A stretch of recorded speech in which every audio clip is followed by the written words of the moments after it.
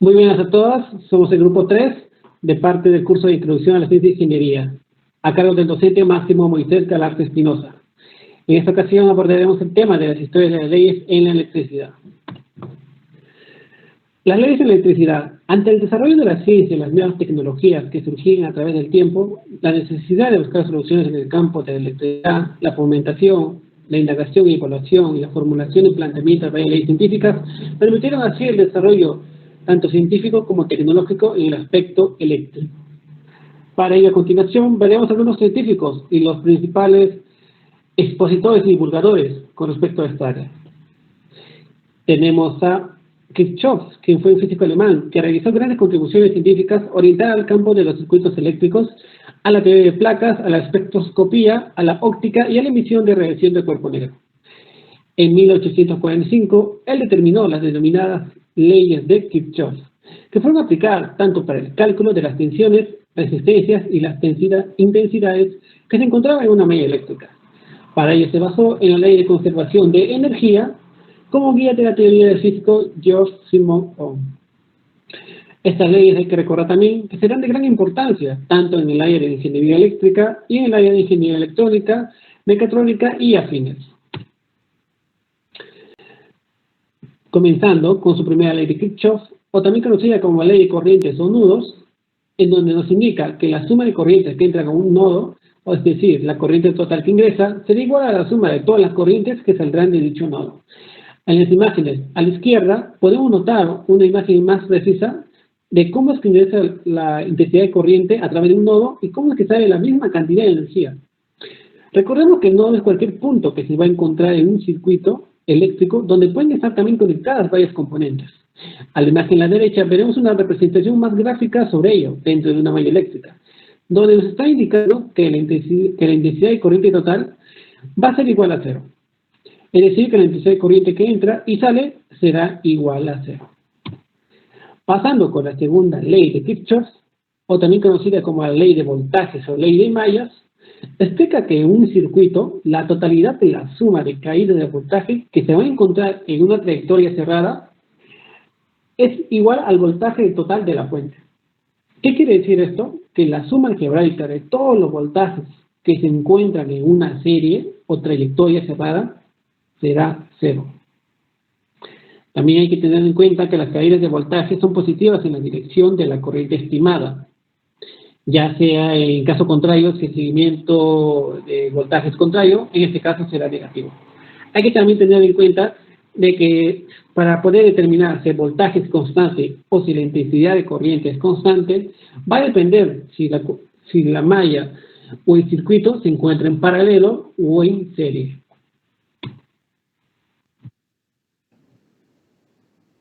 Continuando tenemos a la ley de Ohm. Esta fue establecida por George Simon Ohm, quien nació en Baviera el 16 de marzo de 1789 y falleció en Múnich el 6 de julio de 1854. Ohm fue un físico y matemático alemán, conocido principalmente por su investigación sobre las corrientes eléctricas, donde en 1827 publicó su famoso libro titulado Die galvanische Mathematik der Arbeit, donde expone toda su teoría sobre la electricidad.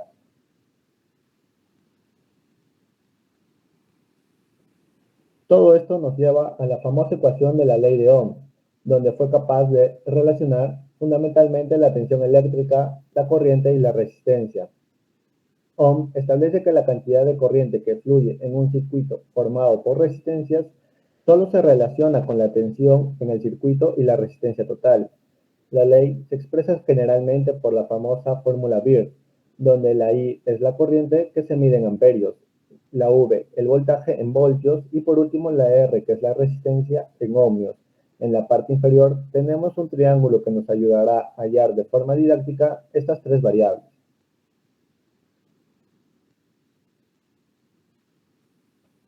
Ahora sigamos con la ley de Joule. Esta fue propuesta por James Prescott Joule, quien nació en el Reino Unido un 24 de diciembre de 1818 y falleció el 11 de octubre de 1889. Joule fue un físico inglés conocido por sus investigaciones en termodinámica. Además, descubrió su relación con el trabajo mecánico, llegando a establecer su teoría de la energía. En su honor fue bautizada la Unidad Internacional de Energía, Calor y Trabajo, que conocemos como el Joule.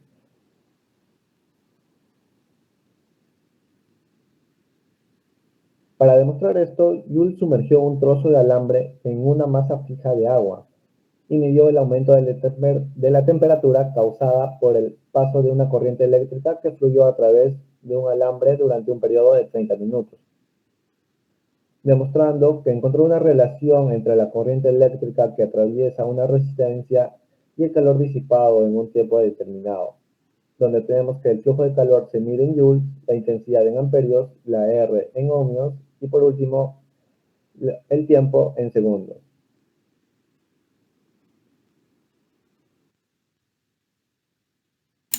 Ya, y ahora, ahora vamos a hablar sobre la ley de Ampère. Esta ley de Ampère es una de las leyes fundamentales de la electrodinámica clásica. Esta ley fue formulada por André Ampère en 1826.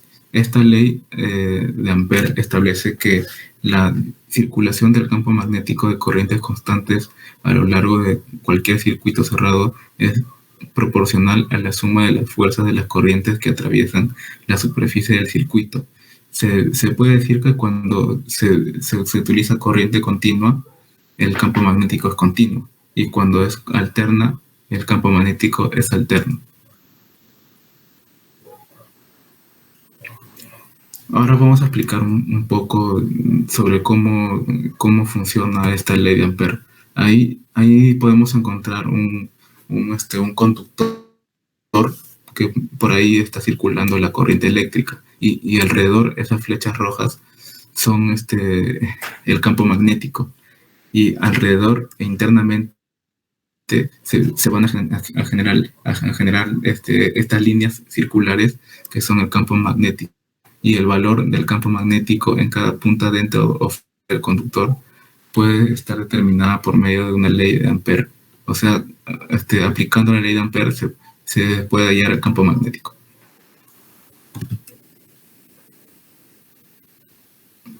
Ahora vamos a hablar sobre la ley de Coulomb. Esta ley es la ley que está definida por la fuerza ejercida por un campo eléctrico sobre una carga eléctrica. Esta es la fuerza que actúa entre objetos cargados, que están cargados eléctricamente, y está definida operativamente por el valor de interacción entre dos cargas. Y esto se puede explicar con estas dos cargas cuando son iguales se repelen, y cuando son distintas, es decir, que una es positiva y otra negativa, se atraen. Esta ley de Coulomb establece que la fuerza eléctrica de atracción o repulsión entre dos cargas es inversamente proporcional al cuadrado de las distancias que las separan entre ellas. Ahora vamos a explicar un poco sobre cómo es lo que dije anteriormente, de que cuando las cargas son iguales, o sea, positivas, se repelen con una fuerza, y cuando son iguales, se atraen. Y puede decirse que en la ley de Coulomb, la fuerza eléctrica de atracción o repulsión entre dos cargas es inversamente proporcional al cuadrado de la distancia que las separa entre ellas.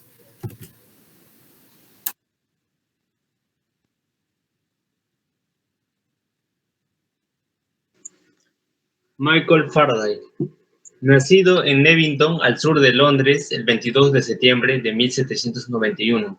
A Faraday se le identifica por su contribución a la electricidad, al campo magnético y a la electroquímica. La unidad de capacidad eléctrica en el sistema internacional es el faradians, en honor a Michael Faraday, descubridor de la inducción electromagnética.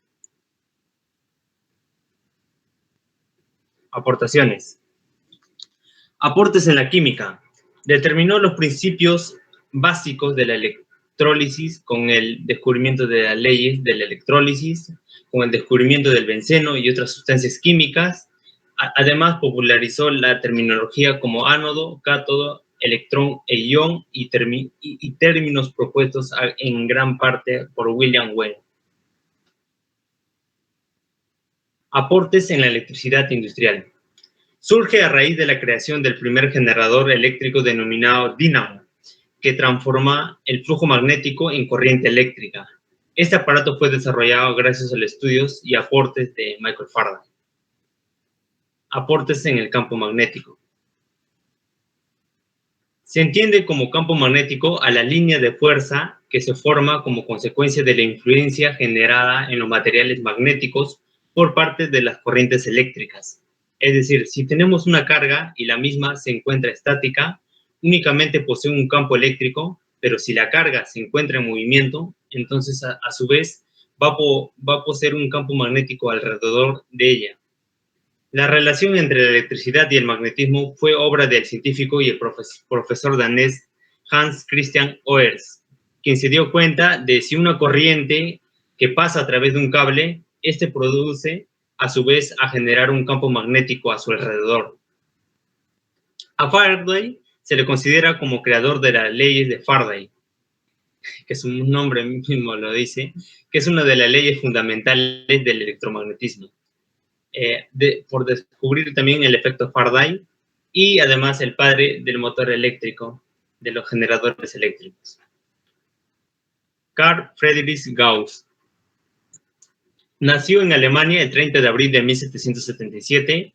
Una anécdota muy recordada en su infancia ocurrió en un colegio cuando tenía 7 años. El profesor castigó a toda la clase con sumar todos los números naturales desde el 1 hasta el 100. Y casi de forma instantánea Gauss tenía la respuesta correcta. Estando todavía en la universidad, Gauss realizó otros importantes descubrimientos, entre los que destaca lo siguiente. Inventó la aritmética modular. 2. Demostró la ley de la reciprocidad cuadrática. Demostró que todo número entero positivo puede expresarse como la suma de 3 números triangulares.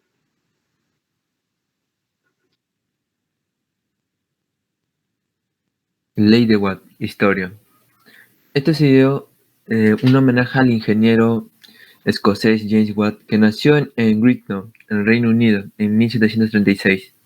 Perfeccionó la máquina de vapor al ver que desaprovechaba la gran cantidad de vapor y, en consecuencia, diseñó nuevos modelos, y es ahí donde realizó trabajos que llevaron al establecimiento de los conceptos de potencia. Según Briegua, en 2010, menciona que cuando se realiza un trabajo útil, aparece asociado el concepto de potencia. En un circuito eléctrico, la corriente se puede aprovechar para producir un trabajo útil, en la cual se puede calcular la potencia gracias a la ley de Watt.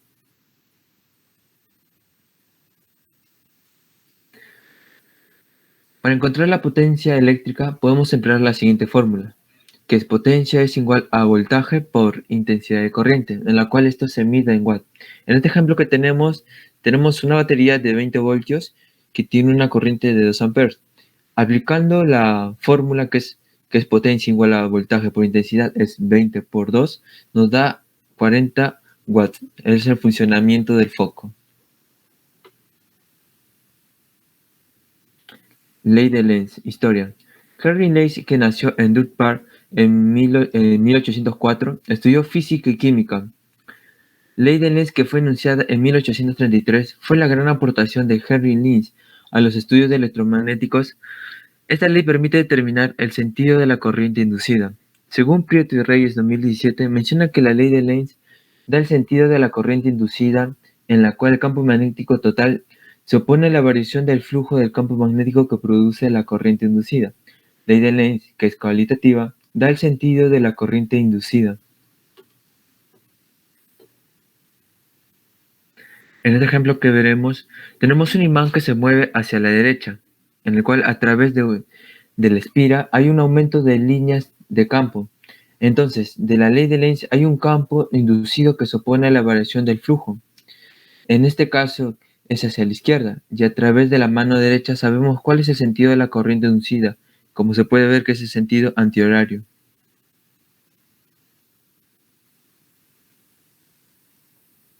Acá tenemos un imán que se mueve hacia la izquierda, alejándose de la espira. Cuando el imán se aleja de la espira hay una disminución de líneas del campo en la espiral. Por la ley Lenz hay un campo inducido que se opone a la variación de flujo, que en ese caso es hacia la derecha, y a través de la mano derecha conoceremos el sentido de la corriente inducida, que es el sentido horario.